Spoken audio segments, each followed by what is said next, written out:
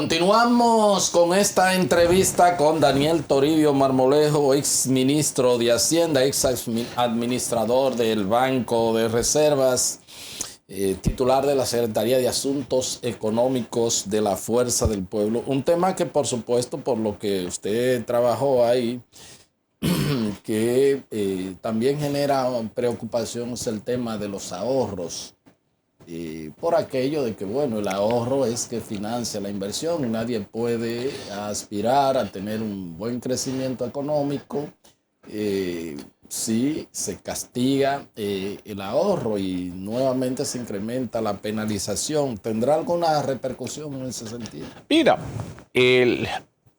eso como muchas cosas están como en el proyecto de ley y en un principio, la primera lectura, es que eso no está grabado. Y está grabado, porque ¿qué es lo que pasa? Que ahora los ahorros están grabados con un 10%, como un pago a cuenta. Digo, como un pago definitivo. Ahora le están pidiendo a los ahorrantes que hagan declaración jurada sobre esos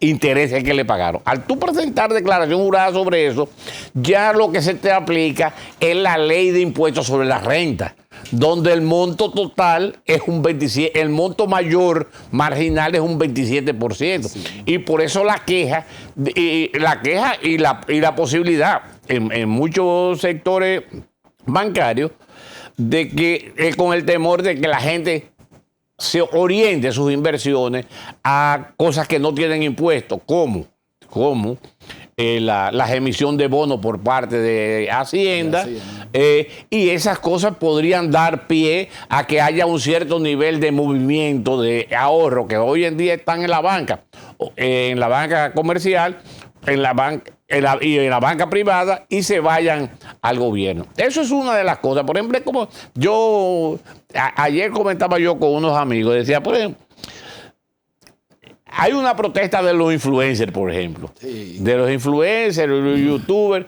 ¿Qué es lo que pasa? Porque además, desde el lado del gobierno deberían salir a explicar qué es lo que quieren hacer. Hasta ahora... Bueno, pero han salido gente. Por ejemplo, yo vi a la diva, ministra de Cultura, Milagros Hernández, decir, mire, hágase de cuenta que usted vive en una torre de apartamento y que le aumentaron, ¿cómo se llama? Lo que uno paga, el mantenimiento. Una explicación filosófica y bueno. Mira, una de las cosas que a mí me sorprendió, yo pienso que es un error de parte del gobierno, que parece como una reunión y le explicaron este proyecto a los funcionarios, le dijeron, salgan a defenderlo. Eso fue así, el domingo antes de anunciar el lunes, hubo una reunión, un consejo de gobierno ampliado y se le explicó de manera detallada. Pero tú no puedes defender lo que no entiendes. Está claro, o sea, yo no estoy diciendo, no, si tú eres ministro de Cultura, tú entiendes sobre cultura. Tal vez debió haber dicho, no debieron haber aplicado eso sobre el mecenazgo o sobre la ley de cine para defender a los sectores que ella representa, o a los lápices, a los libros. Tal vez. Ahora, no lo ponga a exponerse, a hablar de cosas que no entiende, porque eso lo que pone a la gente en una situación muy difícil, a los que lo están defendiendo y a los que lo estamos oyendo. Entonces, tal vez fue un error por parte del gobierno creer que gente que no tienen conocimiento y no tienen por qué tenerlo sobre un tema pueden defender correctamente eso. Pero yo decía el caso, por ejemplo, de los youtubers.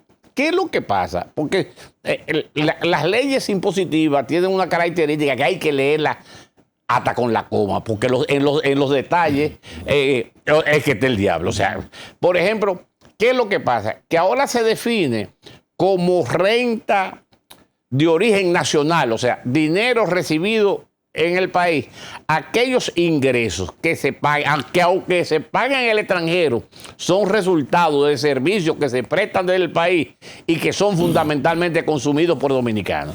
Entonces, así se define eso como renta de fuente dominicana. ¿Qué pasa? que yo no lo sé, pero el gobierno debería tratar de explicar, si yo fuera el lado del gobierno, qué va a pasar con los impuestos que se pagan en Estados Unidos. Sí, porque ese es el reclamo que están haciendo los youtubers. O sea, si usted paga en Estados Unidos un 30% de impuestos, si usted va a considerar esos ingresos como un pago a cuenta a los impuestos. O sea, pero eso no hay nadie que te lo explique. O sea, hay un acuerdo de doble tributación con Estados Unidos. Hay un acuerdo de intercambio de información. ¿Cómo tú lo vas a entender en el país? O sea, entonces no pongas tú en un escenario a personas que no tienen el detalle o la información a defender un proyecto que ellos mismos no entienden. Mira, cuando eso se hace, yo vi a un ministro, a un funcionario decir que eso no va a impactar a los pobres. Ah, yo lo vi también. Y yo creo que fue Tony Peñaguaba que lo vi también más o menos diciendo eso. O sea, es que posiblemente él no entendió la explicación, algo pasó. O sea, y tú no tienes por qué entenderlo. Pero cuando tú me dices a mí que todos los productos van a estar grabados menos 7, tú me estás diciendo y va a pasar de 0 a un 18. Porque tampoco es que tú me dices que pasó de un 0 a un 3, de un 0 a un 4. Es de 0. Bueno, el mismo 18 aquí comenzó fue con un 8 y fue progresivamente incrementándose. Y creo que como en un plazo de 20 años, sí, más o menos. 15, entonces, la verdad es que y desde el gobierno, uno siempre ha estado del otro lado. Yo recuerdo haberle dicho a un amigo mío que me lo encontré, que era del gobierno, dice, yo sé que lo difícil que es estar de aquel lado. O sea, y además, tú dices, por ejemplo, cosas como esta. Tuve una declaración hoy del ministro de Educación Superior. Es muy complicado eso de la fusión. No sé cuál. Él está en contra de eso. O sea, los informes que yo tengo es que él está en contra y en las reuniones que está participando de la comisión, él está en contra y vamos a estar claros, él se va. Porque lo que van a poner es un viceministro y bueno, o sea, a nadie, ¿cómo es que dice Leonel? Que nadie ha visto un papa, ¿verdad? De que bajar a cardenal. A cardenal, sí. No, bueno, pero el tema es que yo creo que eso tampoco se va a dar. Pongámoslo en este escenario. Ahora crean una comisión para en 6 meses, me imagino no sé cuánto. Pero el ministro está en contra. Sí, así es. Y yo sé que otros ministros también están en contra de lo que está pasando. Entonces, tú te das cuenta que cada vez el gobierno tiene pocos defensores y los defensores no son los mejores. O sea, no son los mejores para defender ese tema. Yo no digo que no sean buenos en lo que están haciendo. Estoy diciendo la vocería. En la vocería para ese tema. Entonces, la sociedad se siente indignada. Mira, cuando... Y yo no lo digo tal vez con un poco de rubor, o sea, decir, fue el lunes. Entonces yo estaba en mi casa y yo comienzo a oír unos cacerolazos. Y digo, ¿y qué es esto? O sea, ¿qué es lo que te dice? Un dirigente político de la oposición no está involucrado en los cacerolazos. O sea, la gente está indignada. Por ejemplo, tú dices servicios. El servicio, por ejemplo, del salón de belleza y peluquería antes no estaba grabado y ahora va a estar grabado. Los gimnasios van a estar grabados. Van a estar grabados que no estaban. Las funerarias. Tú estás suplicando, la funeraria, bueno, pero lo que va a tener un peso importante en los consumidores es el transporte de carga. Así es. Porque el transporte de carga es un costo para todo lo que tú consumes. Y para la gente que también le gusta su trago, nuevamente el selectivo al consumo. Que nadie sabe los efectos de los selectivos al consumo muchas veces porque los economistas nos gusta decir que las bebidas alcohólicas son inelásticas, es decir, que no se ven afectadas por los precios, pero no siempre es así. No. Y no siempre es así además porque tú tienes sustitutos. Me imagino que la gente, muchos de los pobres harán pitrinche. Con las consecuencias sanitarias. Que eso tiene. O sea, las implicaciones que eso tiene. Ahora, yo no estoy diciendo que no lo hagan o que lo hagan. Yo lo que estoy diciendo es, tú has tocado a todo el mundo. El de la placa, Por ejemplo, a mí me parece una irracionalidad el de la placa. Si tú tienes hoy en día un Ferrari del 2015, va a pagar menos que un Sonata del 2024. Eso es así. Entonces te están llevando de 3.000 a 6.000. El diseño a mí no me parece correcto. Muchas veces, y es cierto, los gobiernos queremos, yo no estoy hablando de ¿no? Queremos resolver la ineficiencia de la administración con más impuestos. Sucede que no es así que eso se resuelve. Tú tienes que convertir una administración eficiente y un gobierno que la gente perciba que está gastando correctamente sus recursos. Mira, el gobierno va a gastar este año 80.000 millones de pesos en pensiones. O sea, la cantidad de pensiones que aquí se han dado a gente que nunca han dado un golpe en el Estado, o sea, que nunca ha contribuido al Estado, es irracional. Yo siempre pongo, yo no sé si pasó con otros ministros, pero yo pongo mi caso.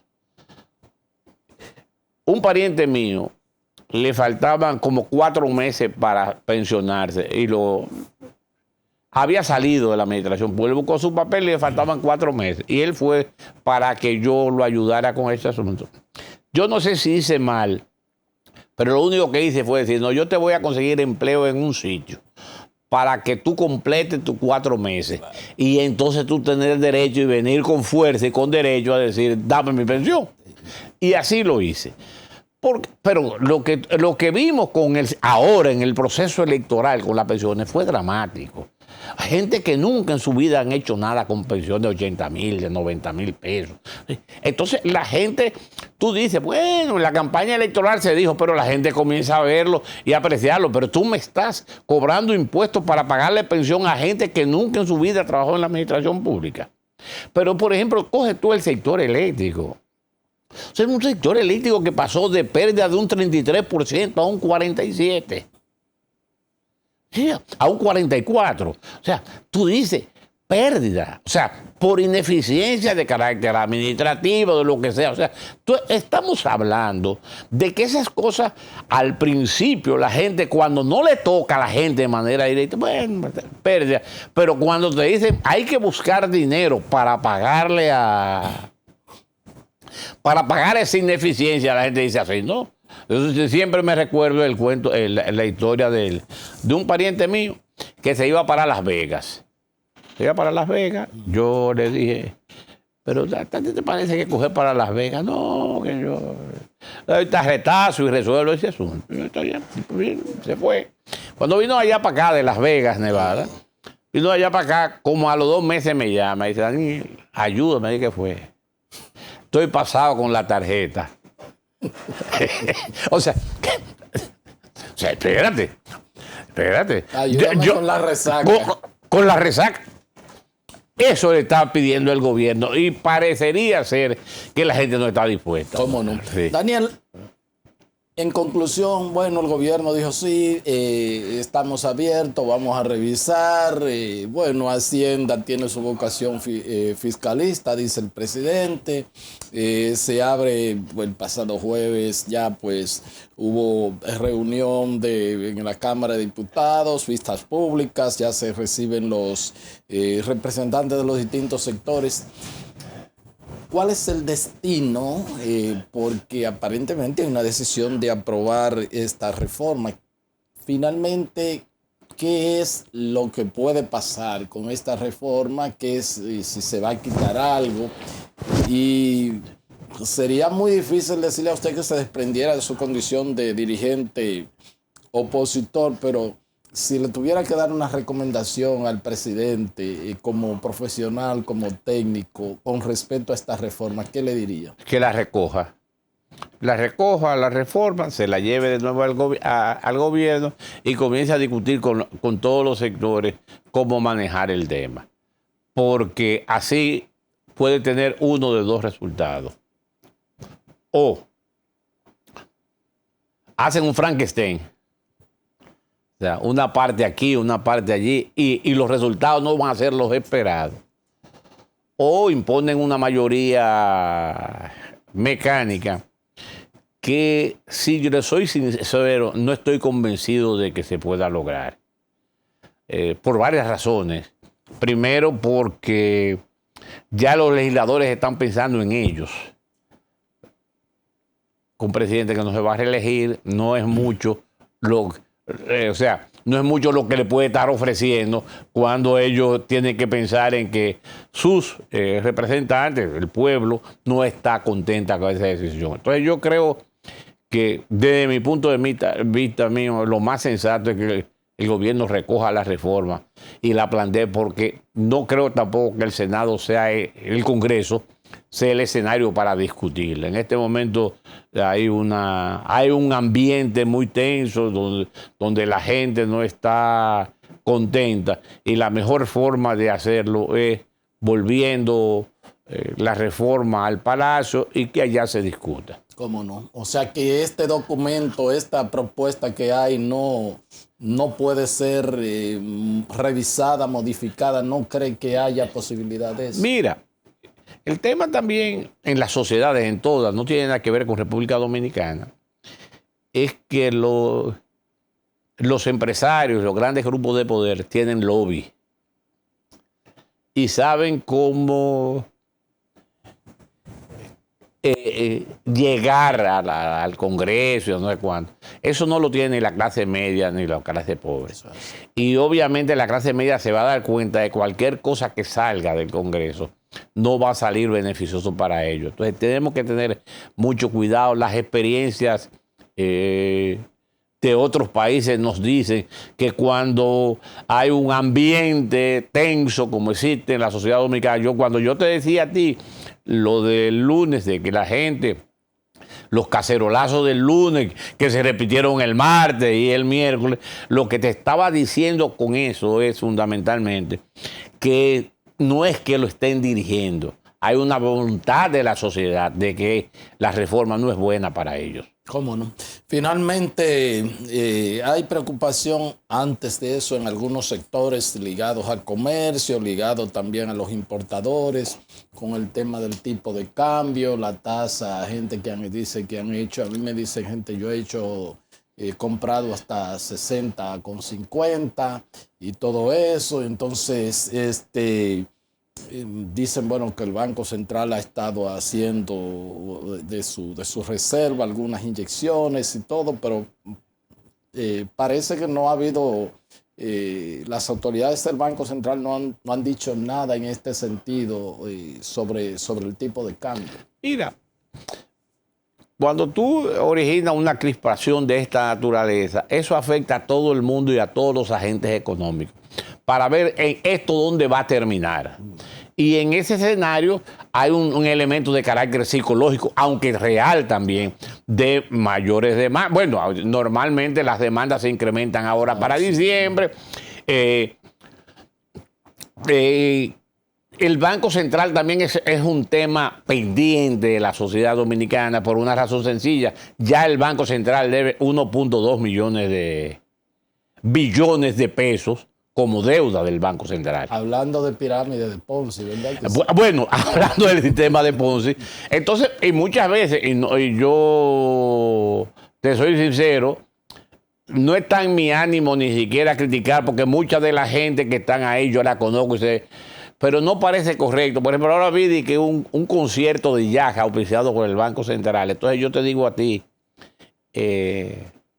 en un momento como este, tú estás auspiciando, tú tienes una deuda de 1.2 billones de pesos. Tú no podríamos mandar un mensaje incorrecto a la sociedad dominicana. Este no es un momento no es un momento de actividades, como cuando el comentario que te hice del cantante que le van a pagar 900,000 y pico de pesos por cantar un himno. Entonces, en mi campo se dice que cuando se está en duelo no se va a un baile. Así es, o sea, usted está en duelo. Entonces, llega un momento donde las señales que tú tienes que dar son señales de frugalidad, de control, de no sé cuánto, para que la gente diga, por lo menos tiene la intención de eso. Pero si tú eres el que está llevando la situación difícil y además la gente te ve en una fiesta, en una chercha, y entonces entonces la gente dice, no, pero así no. Así. Bueno, muchísimas gracias. Parece que este es un tema que va para largo y tenemos que seguir hablando entonces. Gracias. Gracias a todos ustedes por haber estado con nosotros y será pues hasta otra entrega de su programa de Agenda. Hasta entonces.